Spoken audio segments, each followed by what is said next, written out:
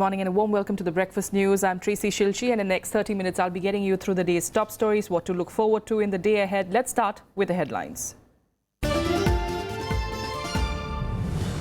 Banks gear up to face huge salary day rush at branches across the country. Officials say special efforts are on to pump in additional cash into banks. India posts world's fastest growth rate in September quarter, but news is overshadowed by expectations of a slowdown in the months following the note ban exercise.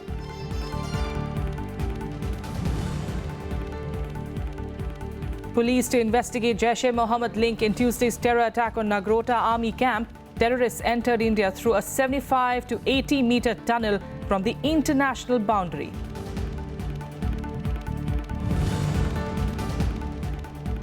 Union Cabinet approves 2,000 crore rupee development package for displaced people of POK living in the country.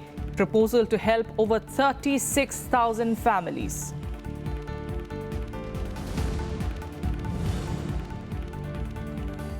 And the Met Department says cyclone likely to hit Tamil Nadu coast by Friday. Schools in Cuddalore and Nagapattinam districts and Puducherry to remain closed for the next 2 days.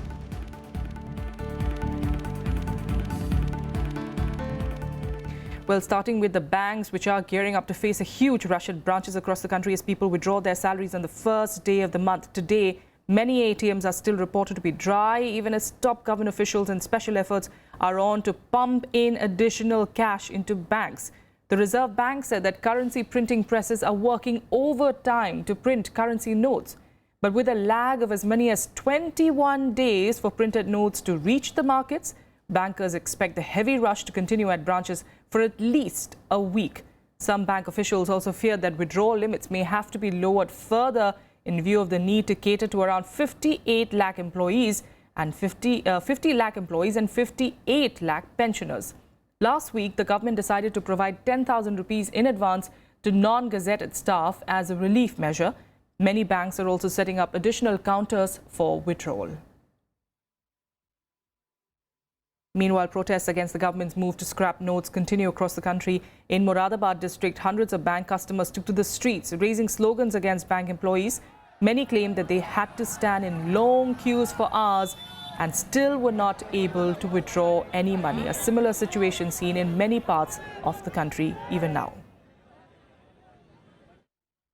अब लोग यहाँ 2-2, 3-3 महीने लेन में लग रहा है आनके पैसे बिल्कुल नहीं मिल रहा है मैनेजर साहब पता नहीं क्या कर रहा है पैसे का क्या नहीं कर रहा है ये नंबर आवे और कहते हैं पैसे खत्म 4 बजे कहते हैं केस खत्म हो गया 4 दिन से बैंक के बंद है बताओ क्या करेंगे हम लोग. In fact, that was of course in Moradabad, but in Lucknow, farmers dumped tons of potatoes on the streets, claiming that they were not finding buyers as people ran out of cash. City residents rushed to streets to collect them as news spread that farmers were dumping their produce.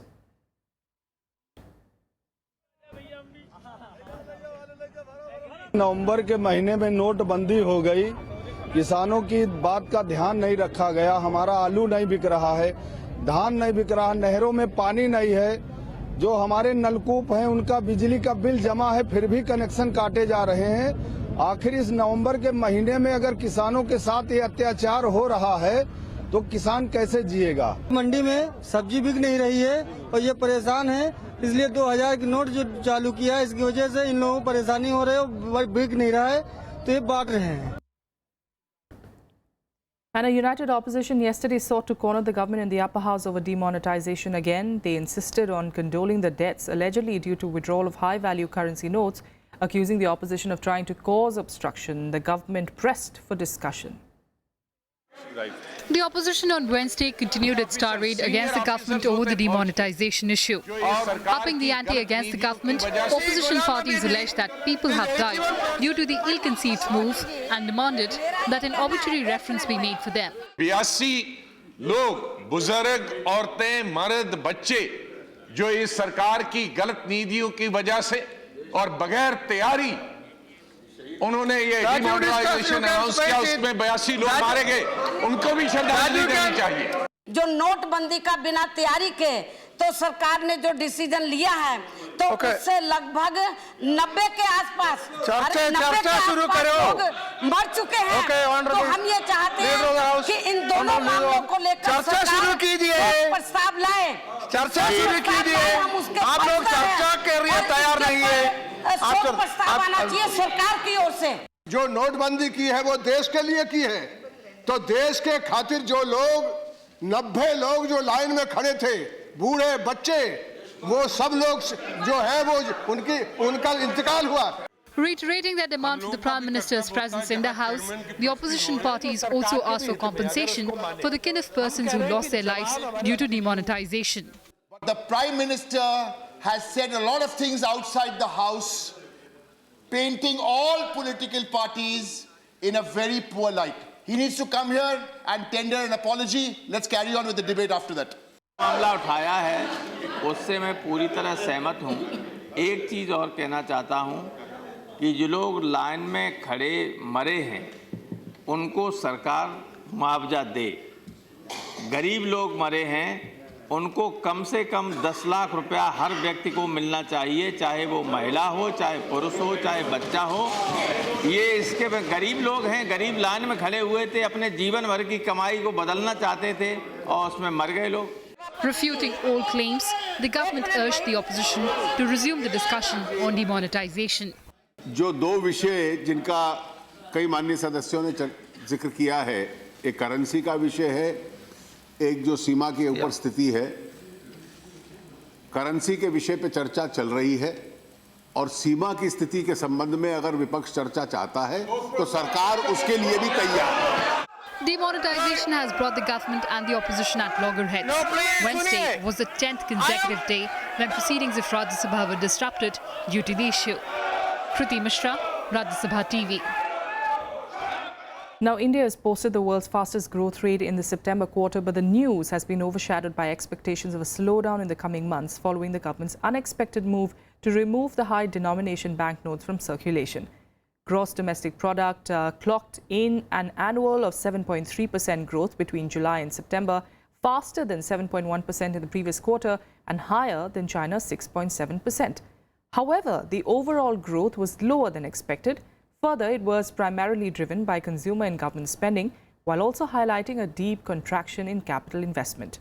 Chief Economic Advisor Arvind Subramanian said that the impact of demonetization in the third quarter will be subject to a considerable amount of uncertainty. Nominal GDP growth has picked up a fair amount, accelerated from about 10.4 to 12.1, and I think this is kind of especially good news for the private sector. Their balance sheets will be, somewhat helped by the fact that nominal GDP growth has picked up. I think exports have also at least reversed the decline. There's a small increase in exports, so that's also good news. And now let's get you the latest on the Nagrota terror attack probe. The police is probing if Jaish-e-Mohammed was responsible for Tuesday's attack on the army camp in which 7 soldiers lost their lives. This after a note written in Urdu with the name of Jaish's Afzal Guru squad was recovered from the bodies of 3 terrorists who were also killed in the encounter. The terrorists who attacked the Nagrota army base in Jammu entered India using a tunnel. A 75 to 80 meter tunnel from the international boundary was found during a combing operation. This tunnel is believed to have been used by the 3 terrorists to infiltrate into India. Today morning only, during a thorough search of the area, we were in a position to detect a very small tunnel. Security forces also recovered a huge cache of arms and ammunition, including 7 IEDs from the slain terrorists. AK-47 3 milli, AK-47 की 20 magazines milli. They were all loaded. 517 rounds थे उनके पास में ammunition के. empty cartridges भी जो उन्होंने चला दिए थे वो भी कुछ मिले. 8 mm की पिस्टल एक थी, मैगजीन भी उसके साथ में एक थी. कैमोफ्लाज यूनिफॉर्म थी 2, रेडियो सेट्स थे 2, GPS number GPS was there, mobile power bank 2 थे. Army Chief General Dalbir Singh Suhag also visited the army base where he was briefed about Tuesday's terror attack. हमारी तरफ से सुरक्षा व्यवस्था जो है वो चाक चौबंद है, चौकस है और हमारी पूरी तैयारी है। 24 घंटे हम तैयार हैं, 24/7। जिन हालात में डिफिकल्ट टाइम्स में हम गुजर रहे हैं तो उसमें इस तरह के इंसिडेंट होने की संभावना रहती है और हम उसके लिए तैयार हैं। Gunmen raided the base just before dawn on Tuesday, firing at officers before entering the officers' mess. In the mess, they took security men, women and children hostage for several hours. Bureau Report, Rajya Sabha TV. And in Rajya Sabha, the opposition raised the demand for an obituary reference for the soldiers who died in the terror attack on the army camp in Nagrota on Tuesday. The opposition accused the government of being insensitive and demanded the defence minister's statement on the issue. Meanwhile, the government clarified that combing operations were still on and proposed to initiate a discussion on the border issue. As soon as the House met for the day, the opposition raised demands of paying tribute to the 7 army personnel martyred in the Nagrota terror strike. The Congress termed the situation grim and demanded the defence minister's statement on the terror attack. Nagrota के जो हादसा हुआ उसको लेकर सुबह हमारे MP चाहते थे ओबिचुरी हो जाएगा तो डिफेंस मिनिस्टर स्टेटमेंट दे दे। अरे डिफेंस मिनिस्टर स्टेटमेंट दे दे।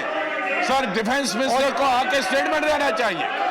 डिफेंस मिनिस्टर को आके यहाँ स्टेटमेंट देना चाहिए। इतनी बड़ी घटना हुई, इतनी बड़ी घटना हुई है, मिनिस्टर डिफेंस मिनिस्टर क्यों नहीं स्टेटमेंट देते? Meanwhile, TMC and BSP joined ranks in condemning the killings of jawans post-surgical strike. जब से सर्जिकल स्ट्राइक हुआ है जम्मू कश्मीर में, उसके बाद 25 आर्मी पर्सोनेल का मौत हुआ है। पिछले दिन कल भी 7 आर्मी जवान शहीद हो गए। हमारी पार्टी का ये कहना है जब से सर्जिकल स्ट्राइक हुआ है तो तब से लेकर अब तक तो हमारे काफी जवान शहीद हो गए हैं और अभी रिसेंटली 2 अधिकारियों को मिलाकर 5 और थे तो 7 हमारे जो जवान हैं वो शहीद हो गए हैं। लेकिन माननीय सभापति जी तो सरकार इस मामले में हमें बिल्कुल भी संवेदनशील नजर नहीं आ रही है। The government denounced the alleged politicization of the border issue and stressed that combing operations were underway in the terror-hit area. It also offered a discussion on the border issue. सीमा की स्थिति के संबंध में अगर विपक्ष चर्चा चाहता है तो सरकार उसके लिए भी तैयार है। हमारे सुरक्षा बल दुश्मनों के मुंह तोड़ जवाब दे रहे हैं, देश के दुश्मनों का खात्मा कर रहे हैं। ऑपरेशन खत्म होने के लिए आपको सारी बताई जाएगी। The chair clarified that an obituary reference would be made at an appropriate time. What the minister said is that the operation is going on there. See, yes, after that, information will be shared with the House and we can have obituary also. The proceedings of the House were stalled as the opposition and Treasury benches sparred over the issue.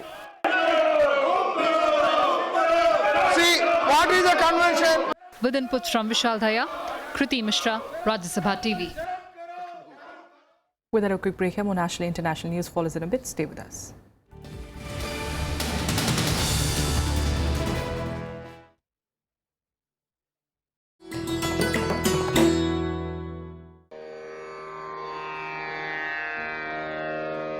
The sacred relics of Buddha were unearthed in Piprava in Uttar Pradesh. Buddhist monks from all over the world visit the National Museum to pay their respects. These charred bone fragments of Buddha are housed in the gold canopy gifted by the royal family of Thailand.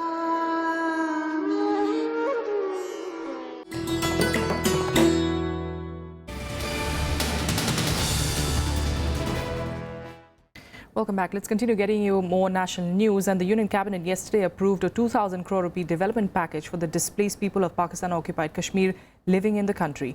The proposal will help over 36,000 families. Each of them will get around 5.5 lakh rupees to enable them to earn an income and subsist their livelihood. The Cabinet also approved liberalization, simplification and rationalization of the existing visa regime to facilitate the entry of foreigners for tourism, business and medical purposes. Among other decisions, the cabinet approved the inclusion of 15 new castes and modification in 13 other castes in the central list of other backward classes. It also approved a quota unit of Instrumentation Limited and transfer of Palakkad unit of the company to the Kerala government.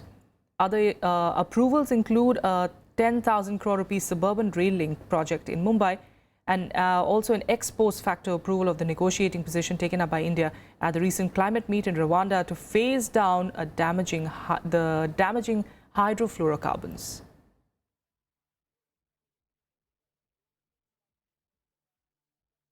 Now, Finance Minister Arun Jaitley will lead the Indian delegation at the two-day Heart of Asia conference beginning on Saturday. Over 30 countries, including China, US, Russia, Iran and Pakistan, are taking part in the meet. The main conference will be inaugurated jointly by Prime Minister Narendra Modi and Afghan President Ashraf Ghani on the 4th of December. The conference will be co-chaired by Jaitley and the Afghan Foreign Minister Gopal Bagle, who heads the Pakistan, Afghanistan and Iran division in the Ministry of External Affairs. Afghanistan is the permanent chair of Heart of Asia, while India is its co-chair this year, being the host. Pakistan's foreign policy chief, Sartaj Aziz, will also be attending the conference. However, it is not clear whether both the countries will hold any bilateral meetings on the sidelines of the summit. The Heart of Asia platform was floated to encourage security, political and economical cooperation between Afghanistan and its neighbours. External Affairs Minister Sushma Swaraj, who is unwell, will not be attending the meet. This year, the ministerial conference will be co-chaired by the Afghan foreign minister, and on our side, it will be the finance minister. We have not received any request from Pakistan for a bilateral meeting on the sidelines of the Heart of Asia ministerial conference. Now, Congress Vice President Rahul Gandhi's official Twitter account was hacked on Wednesday evening. Then hackers left abusive tweets that were soon deleted. However, the name of the verified Twitter handle at Office of RG was also changed. Rahul Gandhi's social network team got in touch with Twitter India team after the incident. Citing the incident, the party raised questions on the digital safety of Indians and said it reflects disturbing insecurities of the prevalent culture in the country. The BJP, though, accused the Congress of trying to discredit digital transactions and creating a scare among people of the country. It is extremely sad that Office of RG Twitter account has been hacked. Such lowly tactics will not drown the voice of reason, nor will it deter Rahulji from continuing to raise people's voice. Unscrupulous, unethical, and roguish conduct of venal trolls reflects the disturbing insecurities of the prevalent fascist culture. It also reflects the lack of digital safety in India. The Congress party is trying its best to discredit digital transactions and to create a scare among the people of the country.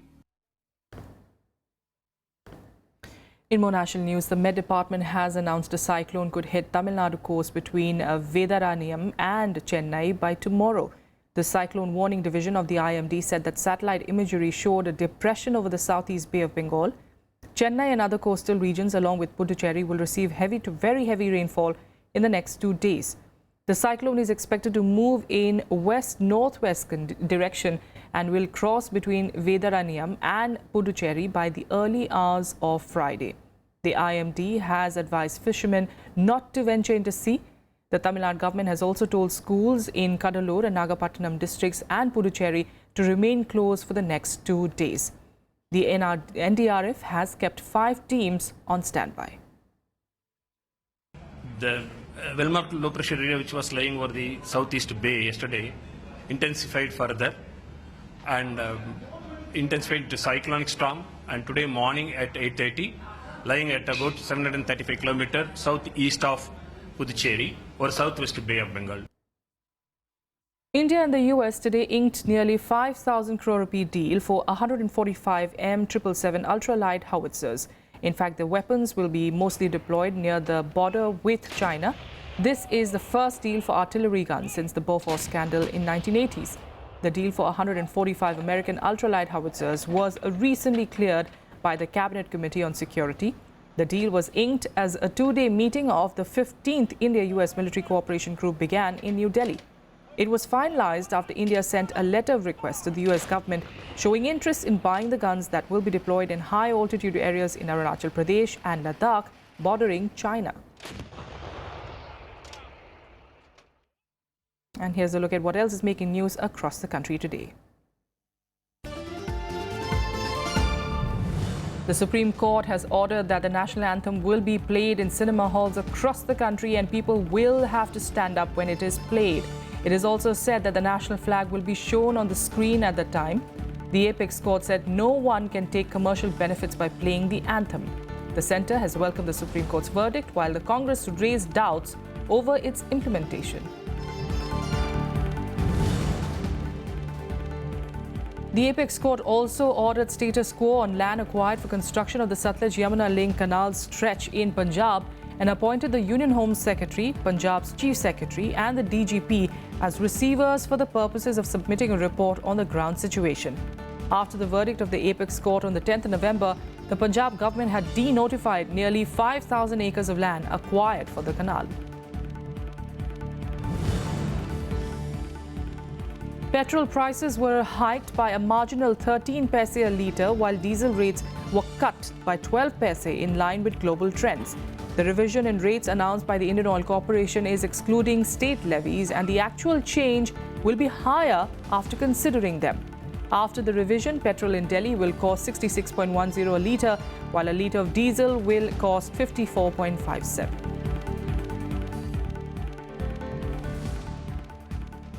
And here's a look at what's slated to make news through the day ahead in the day ahead. President Pranab Mukherjee will present the second ICCR Distinguished Indologist Award to Professor Yu Long-yu of China today at Rashtrapati Bhavan. The annual Distinguished Indologist Award has been instituted by ICCR to recognize eminent Indologists working abroad who have made outstanding contribution to the study, teaching and learning of India's philosophy, thought, history, art, culture, languages, literature, civilization and society. The Supreme Court will hear a petition seeking the transfer of RJD leader Mohammad Shahabuddin from Siwan district jail to another jail and his trial in Delhi. In fact, on Tuesday, the Bihar government had told the Apex Court that it is not averse to shifting him from Siwan jail to Tihar prison. The court had on Monday said that it will be a test case for the concept of fair trial and witness protection. Delhi High Court will pronounce its verdict today on 454 petitions filed by drug and healthcare majors challenging the centre's decision to ban 344 fixed-dose combination medicines. The Apex Court had reserved the order after hearing regular arguments of various companies, the central government and some NGOs like All India Drug Action Network over a span of over 2 months, starting from March 2016.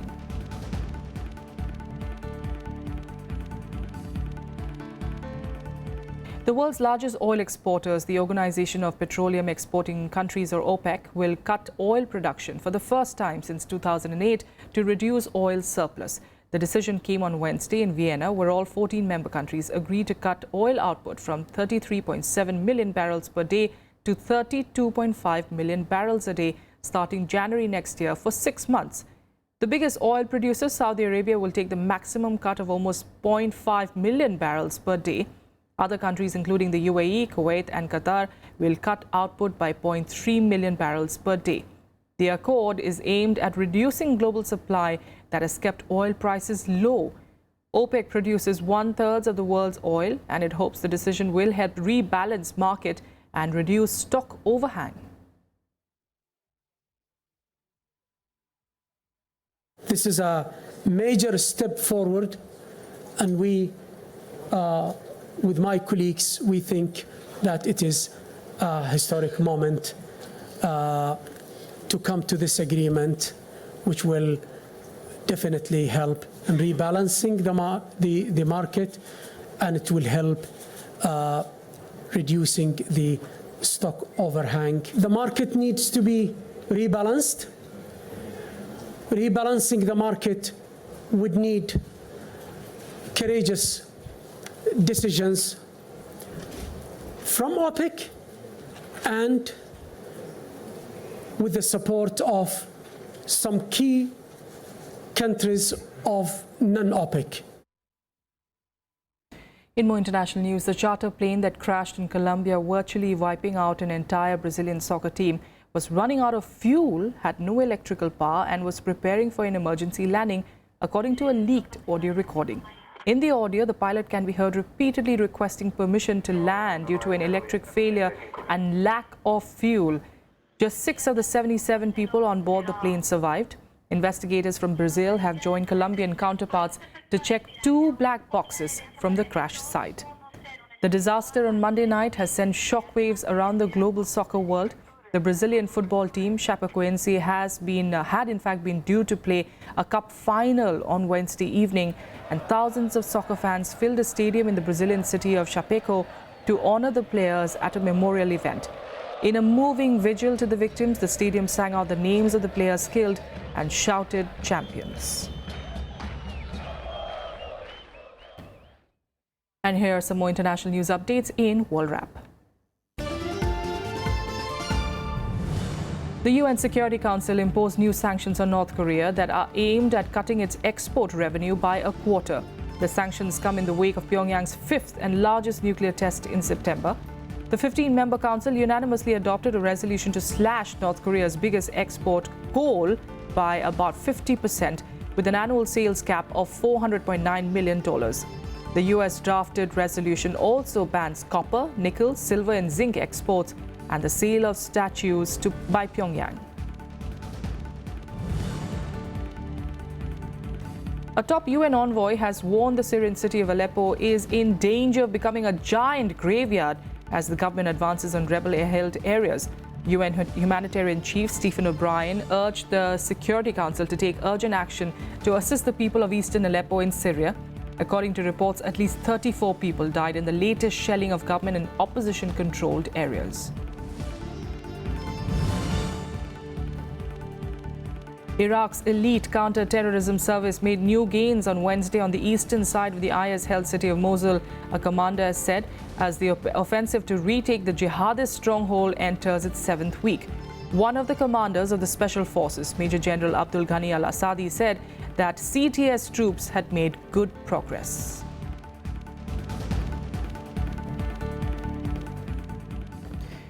And now let's get you all the latest from the world of sports in Sports Beat. Indian skipper Virat Kohli moved up a career-best 3rd place in the latest ICC rankings for Test batsmen following his contribution to India's 8-wicket win over England in the 3rd Test at Mohali. He scored 62 and 6 not out to move to 833 points.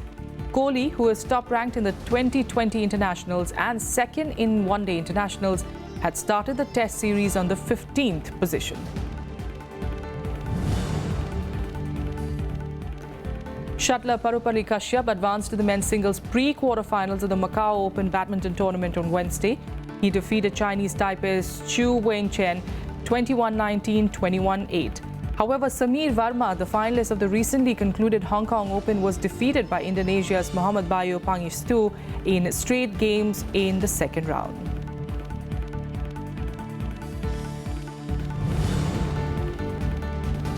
The Indian men's hockey team lost 3-4 to Australia in the 2nd match of the 2-test series in Bendigo in Victoria.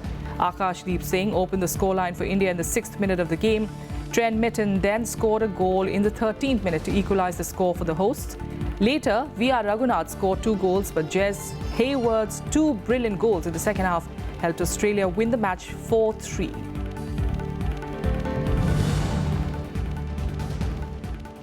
Gareth Southgate was named as England's permanent manager on a 4-year contract on Wednesday.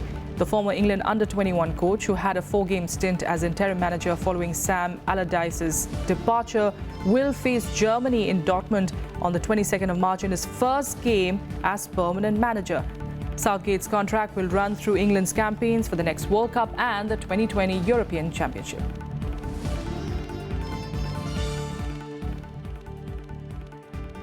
That's all we have for you on the Breakfast News. Have a good day ahead.